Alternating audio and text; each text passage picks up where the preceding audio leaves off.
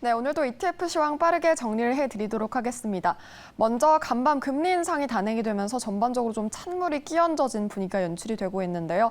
파랗게 좀 물든 것이 확인이 되고 있죠. 먼저 스파 ETF가 0.69%, QQQ가 0.65%, 다이아 ETF가 0.82%로 일제히 하락세를 면치 못하는 모습이고요. 또 반도체 산업도 영향을 받으면서 역시 함께 밀렸습니다. 1.15% 크게 하락을 했고, 기술 섹터, 금융 섹터 전반적으로 어두운 가운데 특히 은행권 우려가 계속해서 부각이 되면서 1%대 하락세를 보였습니다. 반면 상승한 섹터도 좀 짚어보시면 변동성이 다시금 불거지면서 4%대로 뛰어오르는 움직임이 나타났고요. 금채굴 산업도 역시 금값 상방 압력으로 0.35% 올랐습니다. 원유는 반대로 4.35% 이렇게 밀리는 모습이 포착이 됐는데 WTI가 70달러 선을 하회하는 모습이 나타나면서 전반적으로 3거래일 연속 하락세를 그리고 있습니다. 다음으로 상승 하락 종목 5가지 짚어보도록 하겠습니다. 먼저 가장 상방 압력이 컸던 건 VX 선물이었습니다. 역시나 최근 계속해서 우려감이 커지면서 이 경기 침체 우려까지 더해지는 모습이죠. 변동성이 계속해서 부각이 되고 있습니다. 이어서 나스닥 하락, 브라질, 건설, 금채굴 순으로 이렇게 상승이 컸던 것으로 보여지고 있는데요. 다음 하락도 좀 체크를 해보시면 원유, 석유행가스, 천연가스, 에너지 이렇게 원유 관련주들이 이렇게 급락세를 보이는 모습이 관측이 되고 있습니다. 앞서도 말씀드렸지만 WTI가 70달러 선을 하회하면서 전반적으로 원유 시장이 수요 부담을 안고 있다는 거 함께 확인을 해보시면 좋을 것 같습니다. 그럼 이번에는 전화 연결해서 ETF 시장 자세히 들어보려고 하는데요. 김지연 미래에셋 자산운용 ETF 운용부문 선임 매니저와 함께 최근 ETF 시장부터 점검해 보도록 하겠습니다. 매니저님 안녕하세요. 네, 안녕하세요. 네, 먼저 최근 시장은 어떻게 흘러가고 있나요? 일단 지난밤 미국 시장에 대한 간단한 리뷰 드리겠습니다. 미국 증시는 FOMC를 앞두고 전일 하락에 따른 반발 매수세 유입과 고용 및 서비스 관련 지표가 개선되자 상승 출발했고, 이런 가운데 연준은 FOMC를 통해 0.25%의 금리 인상을 단행했습니다. 그러나 파월 의장이 금리 인상 중단에 대한 결정은 이뤄지지 않았고, 금리 인하는 인플레가 적정 수준에 도달했을 경우에만 진행될 것이라며 올해 금리 인하는 없을 수도 있음을 시사하자 증시는 하락 전환했습니다. 이에 따라 S&P 500 지수는 마이너스 0.70%, 나스닥 100 지수는 마이너스 0.64% 하락 마감했습니다. 여기까지가 조금 전에 마감한 전일 하루 동안의 미국 시장에 대한 정리였고요. 지금부터는 최근 전반적인 시장에 대해 리뷰 드리겠습니다. 4월 26일 지난주 수요일 장 종료 시점부터 5월 2일 화요일까지 해당 기간 동안 S&P 500 지수는 플러스 1.57%, 나스닥 100 지수는 플러스 2.40% 상승세를 기록했습니다. 4월 말까지 잇따라 발표된 마이크로소프트, 알파벳 등의 대형 기술주들은 실적 서프라이즈를 기록하였고, 그 밖의 기업들의 실적도 전반적으로 지난 분기에 비해 서프라이즈를 기록하면서 증시에 긍정적으로 작용했습니다. 그러나 5월에 들어서며 증시 분위기가 다소 반전된 모습을 보였습니다. 이는 주로 중소형 지역은행의 불안과 부채 한도 협상 불확실성 영향이 컸던 것으로 판단됩니다. 특히 지난 주말 1분기 실적을 통해 대규모 예금 이탈이 확인된 퍼스트 리퍼블릭 은행을 JP모건이 인수한 것이 결정되었고, JP모건의 다이먼 회장은 이로써 은행 불안이 일단락됐다고 발표하기도 했습니다. 이를 통해 가장 문제가 컸던 은행들이 모두 인수되었다는 점이 긍정적이었으나 은행들의 수익성 악화, 자본 규제 강화 가능성, 청약용 부동산 불안 등은 여전히 남아있어 지역 은행들을 중심으로 주가는 하락하였습니다. 또한 5월 FOMC를 앞둔 가운데 연준의 추가 금리 인상이 지역은행에 부담이 될 수 있다는 점도 시장에 반영된 것으로 보여집니다. 한편 제닛 옐런 미국 재무부 장관은 지난 1일 미 의회가 부채 한도를 인상하지 않으면 재무부의 현금 소진 시점이 이르면 6월 1일에 도래할 수 있다고 경고하였습니다. 당초 시장 예상보다 이른 시점이 언급된 데다가 백악관과 공화당의 이견이 여전히 좁혀지지 않고 있어 부채 한도 협상 진전 여부에 대한 불확실성도 커지며 증시에 부정적으로 작용한 것들이 5월 들어 증시 하락의 주요한 원인으로 보입니다. 네, 5월 들어서 증시 하락 압박이 좀 커지고 있다는 점을 주목을 해야 된다고 말씀해 주셨는데요. 그렇다면 강세를 보인 ETF도 짚어주시죠.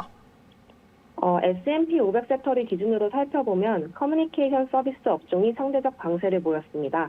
커뮤니케이션 서비스 업종 내 시가총액 상위 기업인 메타 플랫폼스의 1분기 실적 호조에 영향이 있었던 것으로 판단됩니다. 메타는 1분기 매출액과 주당 순이익 모두 시장 컨센서스를 상회했습니다.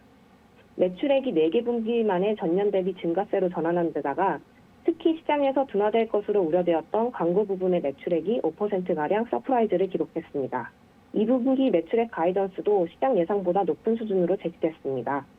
실적 발표 직후 매파는 14% 상승했고 2023년 연간 주당 순이익 컨센서스도 15% 상향 조정되며 관련 섹터의 수익을 이끌었습니다.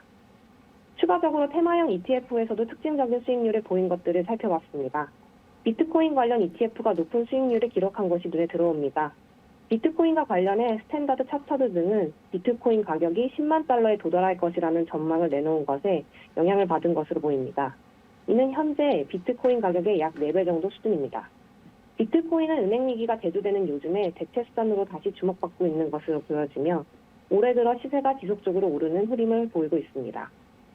이 외에도 미국 IRA 수혜주로 떠오른 태양광 발전 관련 기업인 인페이즈 에너지의 지난 1분기 실망적 실적 발표 및 하향 조정된 가이던스 제시로 주가가 지난 26일 하루 동안에만 25% 넘게 급락했으며 이에 따라 태양광 관련 테마에 투자하는 EPF도 조정을 받은 것이 특징적이었습니다. 네, 이렇게 태양광 관련 테마까지 짚어주셨는데요. 그러면 머니플로우가 활발했던 좀 개별 종목도 짚어주시죠.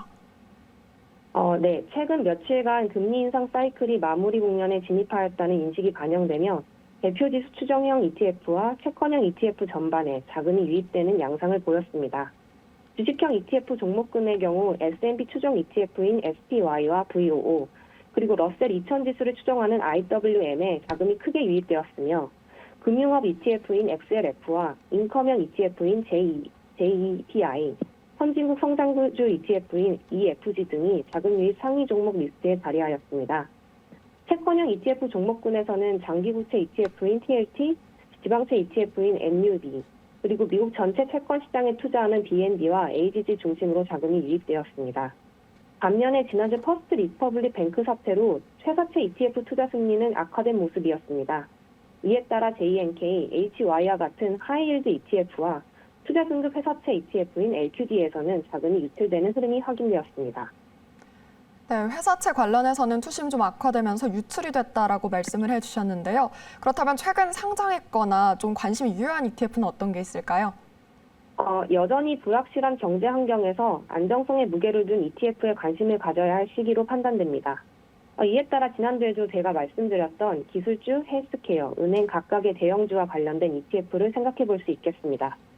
그 외에도 생활용품, 식음료, 리테일 업종 등 비탄력적 수요에 힘입어 이익률과 매출 방어를 기대할 수 있는 미국 필수 소비재 ETF도 고려해 볼 수 있겠습니다.